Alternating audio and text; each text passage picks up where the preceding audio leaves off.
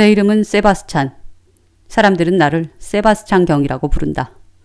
아마도 나의 우아한 걸음걸이와 둠칫거리는 엉덩이, 그리고 바람에 일렁이듯 살랑거리는 꼬리 때문일 것이다. 다행히 사람들은 목줄도 없이 다니는 나에게 관대했고 가끔은 나에게 경의를 표하고 지나가는 사람도 있다. 내가 누구도 공격할 의사가 없다는 것을 아는 듯하다.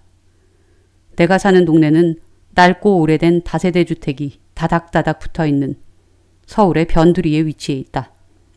서울이라지만 개발이 덜 된 동네라 시골 같은 분위기를 풍겼고 동네 주민들도 나이 든 사람들이 많았다. 나의 하루 일과는 나름 규칙적이다. 장작구이 통닭집을 운영하는 내 오래된 벗이 가게 뒷마당에 비를 피할 수 있는 거처를 제공해준 덕에 그곳에서 대부분 하루를 시작한다.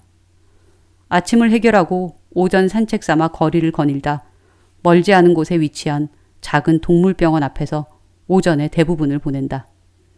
병원 안에서 슬픈 눈을 하고 나를 바라보는 어린 동물들을 지긋한 눈으로 바라보며 위로를 하는 것이 내 오전 일과이다. 가끔 흰 가운을 입은 병원 관계자가 점심을 내어주면 정중히 감사 인사를 하고 천천히 음미하며 식사를 한다.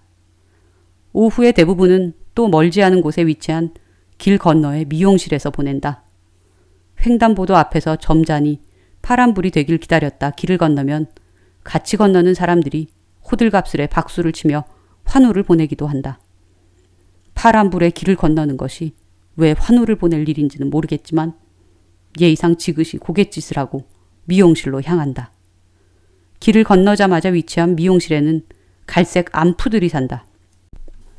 얼마나 새침하고 장난을 좋아하는지 앙칼진 소리를 내며 내 등에 올라타거나 엉덩이를 물듯 달려들기도 한다. 그런 장난쯤 살짝 몸을 비틀어 비켜서 주면 그만이다. 그리고 정중히 녀석이 마킹해 놓은 곳에 답례를 해주면 녀석은 금방 얌전해진다. 물론 5분이 못 되어 다시 같은 상황이 반복되지만 말이다. 이쯤에서 내 소개는 그만하고 얼마 전 동네에서 벌어진 기이한 일을 얘기해 보려 한다. 기이할 뿐 아니라 슬프고 비통한 일이었다. 내 평생 살면서 다양한 인간들을 보았지만 이건 정말 말로 표현할 수 없는 일이다. 그날도 평상시처럼 오전 산책을 마치고 돌아오는 길이었다.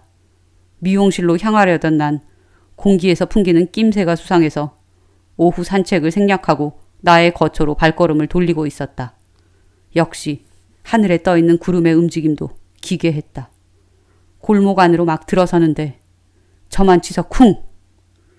둔탁한 소리를 내며 뭔가가 땅바닥에 내리꽂혔다. 평소 사람들에게 위협이 되지 않으려 눈꺼풀을 반만 뜨고 다니는 나는 저절로 눈이 부릅떠졌다. 크크! 코를 찌르는 인위적인 꽃향기와 함께 피비린내가 훅 끼쳐왔다. 잠시 후 위쪽 허공에서 깍! 날카로운 여자의 비명이 들렸다. 4층에서 창밖으로 허리를 걸치고 목을 빼 아래를 보는 사색이 된 여자. 여자의 비명에 사람들이 모여들었다.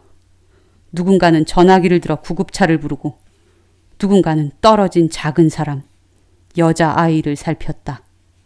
사람 나이로 4살쯤 되어 보이는 가냘픈 아이였다. 곧이어 4층 창에서 사색이 되었던 여자가 뛰어내려와 아이를 붙잡고 오열을 했다.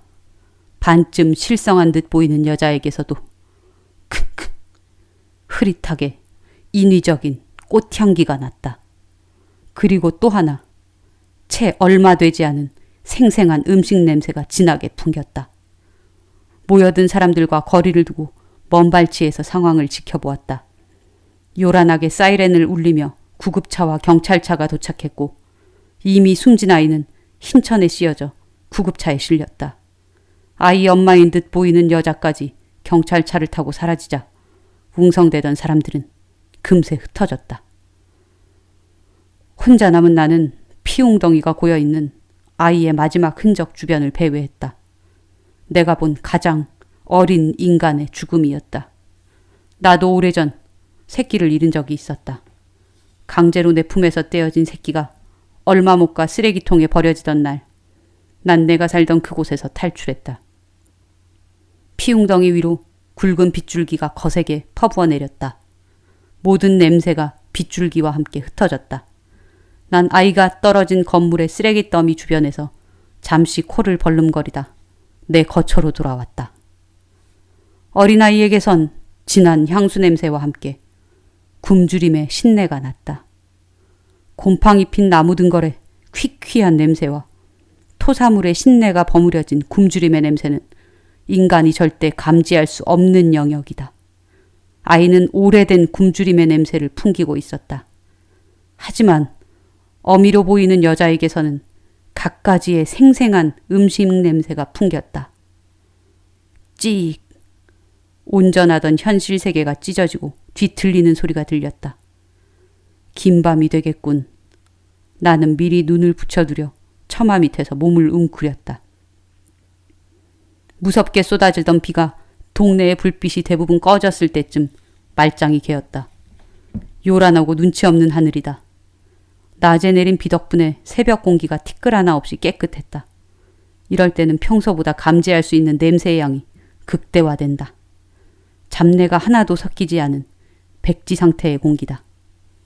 밤의 중간쯤 되었을 때 사이렌 소리 없이 불빛만 요란한 경찰차가 골목으로 들어왔다. 나는 슬슬 기지개를 켜고 일어났다. 경찰차에서 내린 여자는 피곤해 지친 얼굴로 허리를 굽혀 차에 대고 인사를 했다. 곧 경찰차가 골목을 떠나고 여자는 차가 시야에서 사라질 때까지 지켜보다 건물 안으로 들어갔다. 나는 지루한 시간이 되겠군 하며 눈에 띄지 않을 곳에 자리를 잡았다. 하지만 여자는 들어간 지 얼마 되지 않아 묵직하게 채운 쓰레기 봉투 하나를 들고 나왔다. 잠시 주변을 두리번거리던 그녀는 어둠 속에서 머뭇하다가 봉투를 내던지고 서둘러 들어갔다. 많이 급했나 보군. 나는 여자가 버리고 간 쓰레기 봉투를 입에 물고 내 거처로 돌아왔다. 쓰레기 봉투 안에는 비릿한 아이의 냄새가 가득 배어 있었다. 충분히 냄새를 감지한 나는 뒷마당 구석 사람의 손이 닿지 않는 곳에 봉투를 두었다. 거처를 제공해준 통닭집 사장이 아무리 내 오랜 벗이라지만 내가 쓰레기를 주워드린다고 생각하면 분명 걱정을 할 것이다. 다음 날 아침이 밝았다. 난 여느 때처럼 거처를 나섰지만 오늘은 목적지가 달랐다. 골목 근처에는 온갖 소문이 모여드는 구멍가게가 있었다. 구멍가게 할머니를 중심으로 동네 말하기 좋아하는 사람들이 종일 모여든다. 구멍가게엔 막상 물건을 사러 오는 사람은 별로 없었고 수다를 떨러 왔다가 불현듯 떠오른 물건을 사가는 격이었다. 나는 가게 문 밖 적당한 위치에 자리를 잡고 안에서 들려오는 소리에 귀를 기울였다. 그려서 애엄마는 우찌 당겨 경찰차 타고 갔다드만. 돌아왔랴. 애엄마가 그 집 둘째 애기를 3층 집에 맡기고 경찰서 갔잖아. 아침에 와서 애기 데려가면서 그러더랴. 큰애가 놀다 혼자 그렸다고. 그 높은 난간을 어째 넘었을까. 애가 커서 뚝 떨어져 불었으니 그 애미 마음은 우쩔겨. 아침에 그 집 3층 아줌마가 그러는데요. 병원에서 확인만 끝나면 바로 화장한대요. 애들은 장례도 안 치른다네. 그랴.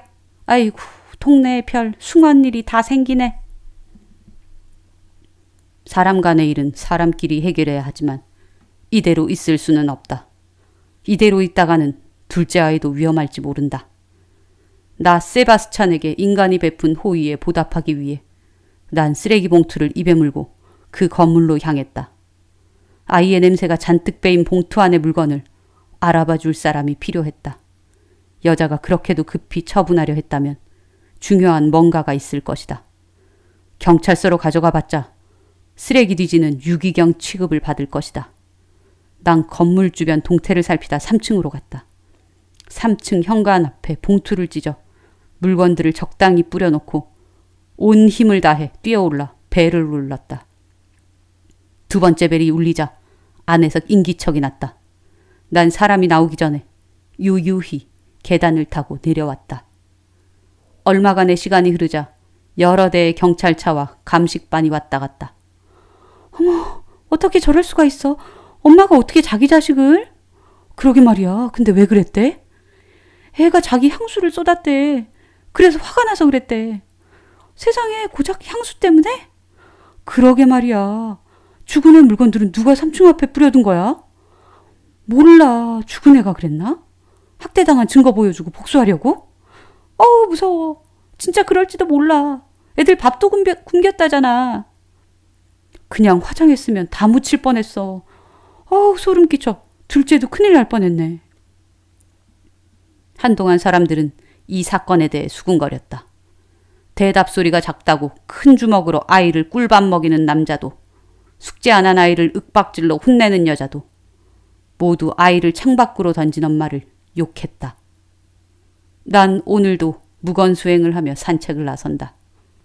나의 우아함에 세상이 좀 더 우아해지길 바라며 저기 마주 걸어오는 또 한 사람이 나에게 경의를 표한다.